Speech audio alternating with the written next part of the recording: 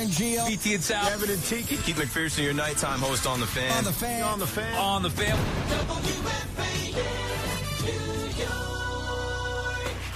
It's WFAN Daily, hosted by Pete Hoffman.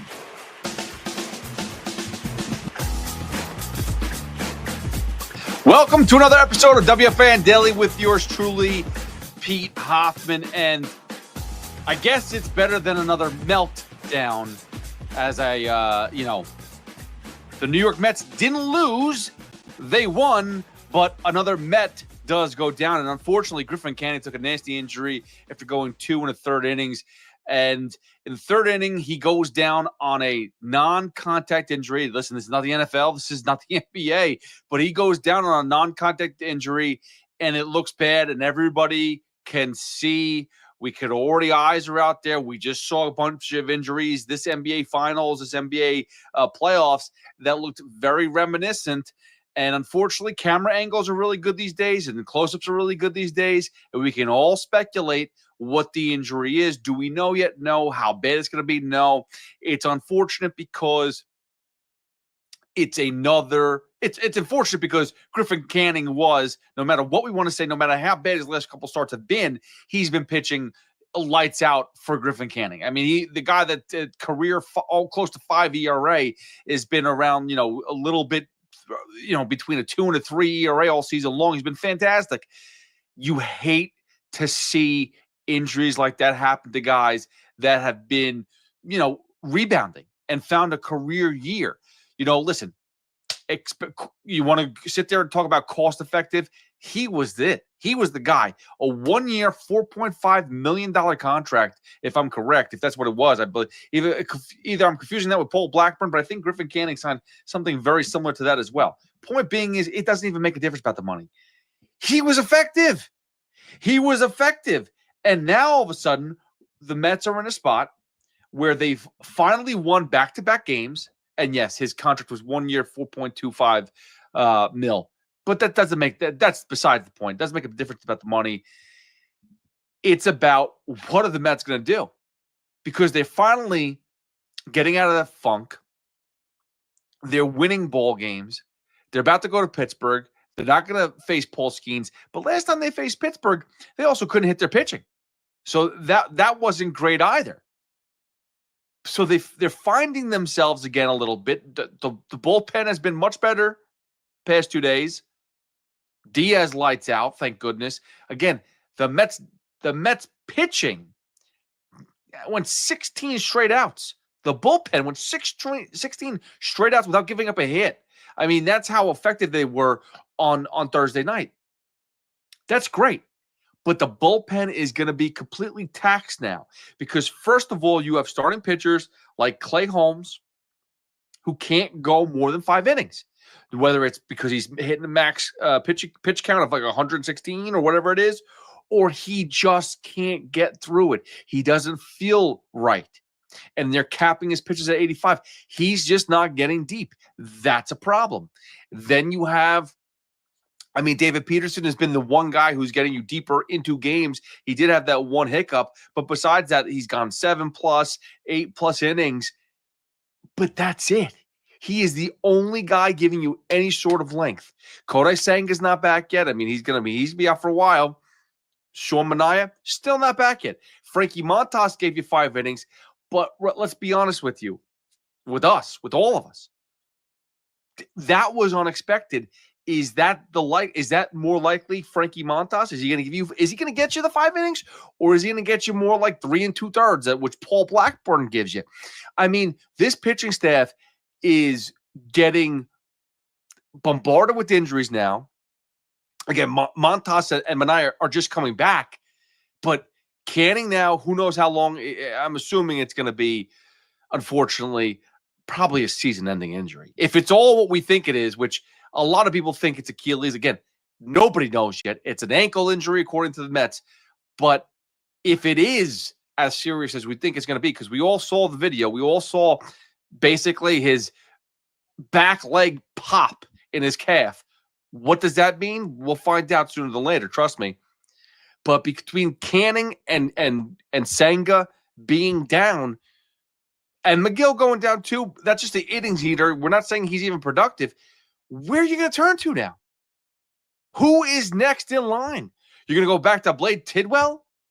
Are we going to go to another young starter that's a prospect that's coming up? I mean, where are the Mets going to go? And this bullpen is getting so taxed. They're on basically a revolving door. Who's in, who's out? Dednell Nunez pitched great, phenomenal. But again, he's going to be pitching probably 7 of the next 10 games because that's what the Mets need to do to win games because they're starting pitching, which was always an issue going into the season, which was always a question mark going into the season. And I question it more of not that they're going to be the starting pitchers can't be effective. Yes, they can have an extremely low ERA, one of the best ERAs in baseball. If they go 4 to 5 innings each game, that's not good enough. Those are considered, and I said this before, they are considered openers. Those are not starting pitchers. And I understand that right now the average starting pitcher goes 5 innings. But, I mean, that's max what they've been doing lately is going 5 innings. It's less than that. It's not going to be effective. You're not going to be able to last long being a 4-inning, 4 2/3 innings starting pitcher. The bullpen is going to get taxed way, way too much. And they don't have as many amazing arms as we'd like to think. It's Edwin Diaz and then a lot of other guys. Ryan Stanek pitched well on Thursday night, but how often has he done that? Not often lately.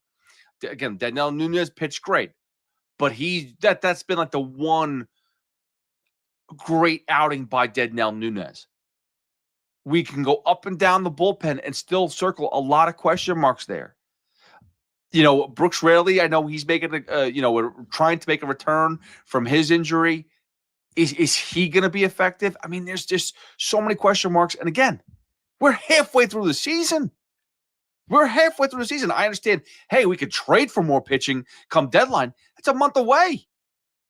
And even then, if our starting pitchers go into August and September only going the length that they're giving us, you're going to need to trade for about 17 to 20 different relief pitchers, and half of them go to the minor leagues and then just start the process again. And they're all going to need options, and they're all going to need a ton of rest. It's going to be a hair-pulling next 3 months of the season.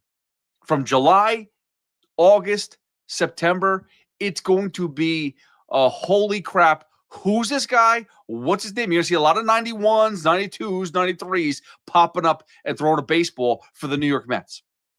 And it's not going to end. It's not going to be just the bullpen either. It's going to be the starting pitcher. It's going to be everything. And now it's time for the offense to pick up. Now it's time for everybody in the offense to pick up their end of the deal.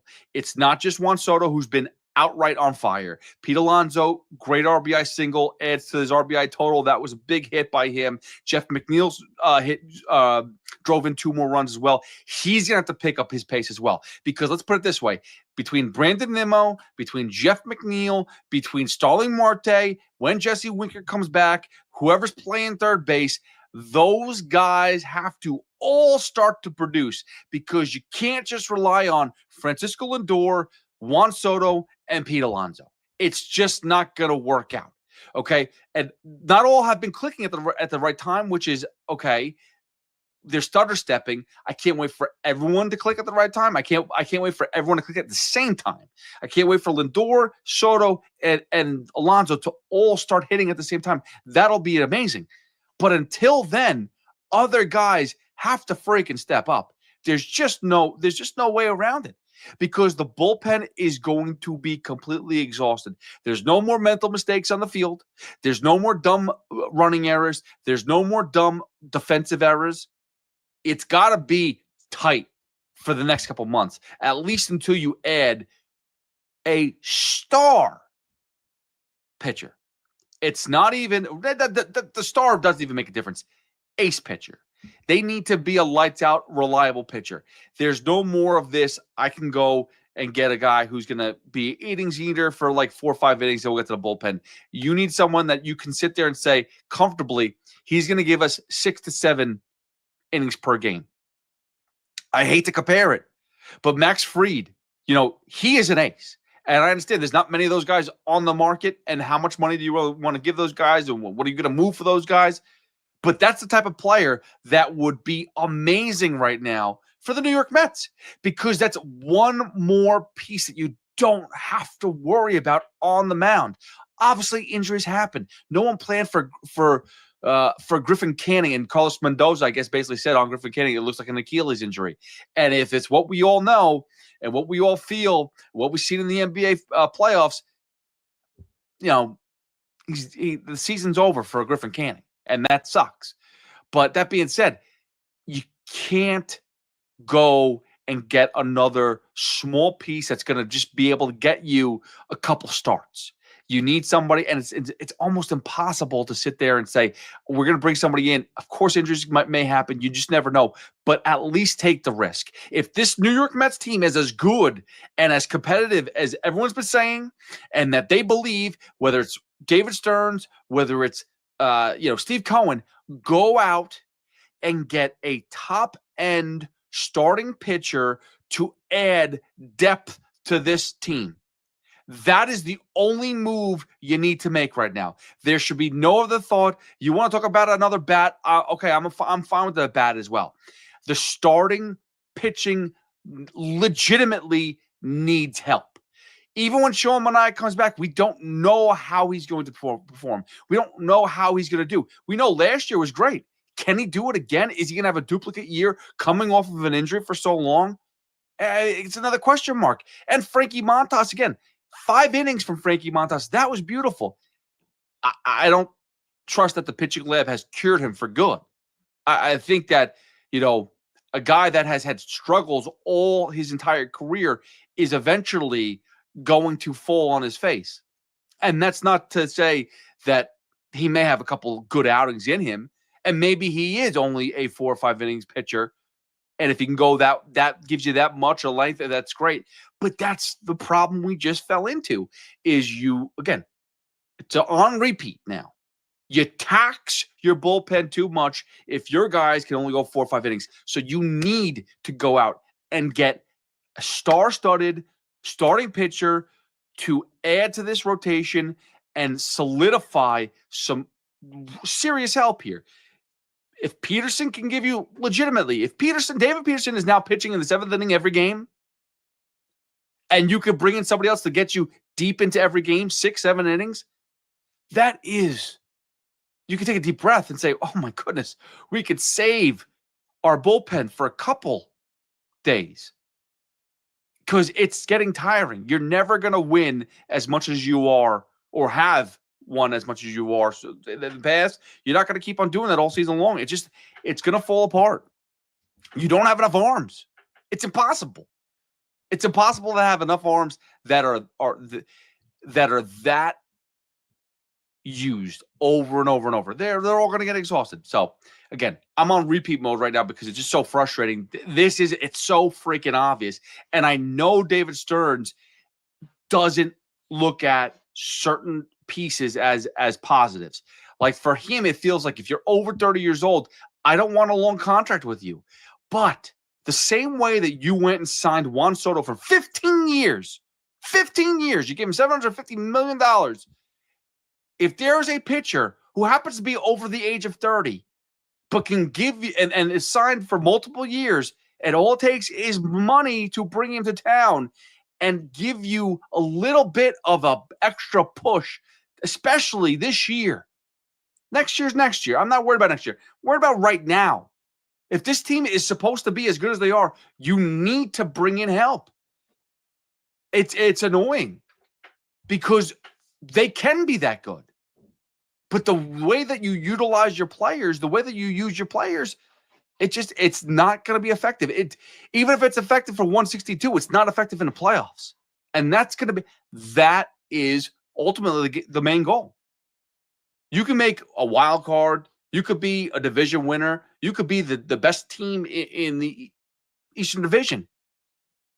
In the Eastern Division, in the National League.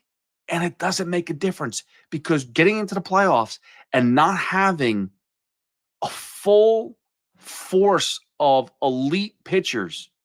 Because right now the Mets don't have elite pitchers. They have good pitchers. You have David Peterson, who on really good days looks elite, and Edwin Diaz. Those are your two elite pitchers. Kodai Senga's out. We don't know when he's going to come back. Is Sean Manaea elite? He was elite last year, but got very tired getting into the playoffs. Maybe this will be good. Maybe the fact that he's missed so much time, missed basically half the season, maybe this is a good thing. Maybe this is actually a great thing that he can pitch deep into the playoffs and be effective. But I still wouldn't label him as elite. He happens to be the ace of the staff because he's the best pitcher on the rotation. That's not saying much. Sandy Alcantara is the guy that I'd look into, and I know that he is there's rumors now that maybe the Marlins will hold on to him. Blow him away. Blow him away. I know everyone wants Paul Skeens. Paul Skeens is not getting traded this year, and he's probably not getting traded next year, and you could offer every single prospect in the world for Paul Skeens. I think Pittsburgh would be, and we all know how dumb Pittsburgh is, but the Pirates would be extremely dumb of an organization to trade Paul Skeens in the next year or two. Obviously, yes, thought process is, hey, trade for him now, give up Paul Skeens now and get his max out whatever, however much he's worth right now, you'll max out on a return. But you're basically telling your fans to go F yourself. They don't care about your fans. That's basically what they're saying, is we have one hot commodity in Paul Skeens, and we're not going to win, so we'll give away our best piece with other young prospects that may never pan out to be anything. The Pirates are not doing that. They need to get as much run out of Paul Skeens as they possibly can until they have to trade him. There are other guys that will be available. If Arizona starts to tank, Corbin Burns is hurt, out for season. Tommy John, right? Corbin Carroll, he's got that bone chip in his wrist. Is he going to be out for a while? Is he going to be out the rest of the season? If so, maybe you can steal a starter from the Diamondbacks. Maybe Zach Gallen, who was a former Cy Young contender at one point in time, maybe he's somebody you could bring in. Again, he's a guy that can go deeper into games. I don't remember what his contract is at the moment, but I don't think he's signed. I think he's a free agent in the next year or two. So that's what you have to look for. You have to look for those guys that are looking to either, be cheap because they only have a year or maybe half a year left of until they're hitting free agency. So they're not going to cost as much because you don't have control. But you have to bring in somebody like that. The Rockies, unfortunately, are out of it, and they have no starting pitching whatsoever. Thank goodness whoever's been running the team in the past 30 years is finally hanging it up. I can't believe that the Colorado Rockies have somewhere in their system for 30 years who's been at the top end of their, whether it's GM or president or whatever they've been. They had someone running the team for close to 30 years and allowed this man to run that organization into the dirt, into the ground. That's embarrassing. 30 years. But again, not all teams are that of Steve Cohen and the Mets or, Steinbrenner and the Yankees. There's teams that want to win, and there's teams that just want to make a profit. And I don't know how the Rockies were making a profit, but I guess they were because they still let this guy be around. Anyway, vent session is done. The Mets won. That's the good thing. Bad thing is Griffin Canning goes down, and we all know it's going to be bad news. And you just prayers up to Griffin Canning, and hopefully it's a easier recovery, and it's not as bad as we somehow imagine it to be. I am going to go do a Rico Bronya in a few minutes. So if you've enjoyed this, there's going to be a Rico Bronya very soon with Evan Roberts once he gets home. If you're listening to this right now on Friday, you can go and listen to Rico Bronya. That it's already out now, and enjoy that vent session too. Even though it was good, the Mets ended up splitting a series after losing as many games in a row and losing 10 out of 11. They split the series with the Braves, which, by the way, everyone's like, "Oh, the Braves suck." They suck, but they beat the Mets 5 out of 7 games. Just remember that. The Braves may suck, but they beat the Mets 5 out of 7 games. So either they just love pissing on the Mets, or they're not as bad as we thought they were. And to be honest, I think it's the latter. They never were as bad as we thought they were. They had a very rough first half of the season. However, they're making strides, and they're the Mets of last year, which is scary because that means they're a playoff team, and who knows how far they could be. Anyway, that being said, tune in tomorrow, 10 a.m. to 2 p.m. with BT and Sal. I'll be there. You can listen to Boomer and Gio. They'll be hitting us up all day as well. Evan and Tiki, Keith McPherson, Chris McMonagle, all that and more. All on the Odyssey app. If you miss anything at all, just download the Odyssey app and you'll get everything you want and more. Or subscribe, like the WFAN Daily with myself, Pete Hoffman, and you'll get updates almost every day. 5 days, at least 5 days a week. Weekends, maybe I'll take off. I don't know. We'll find out. Maybe I'll just give you more every day. Who knows?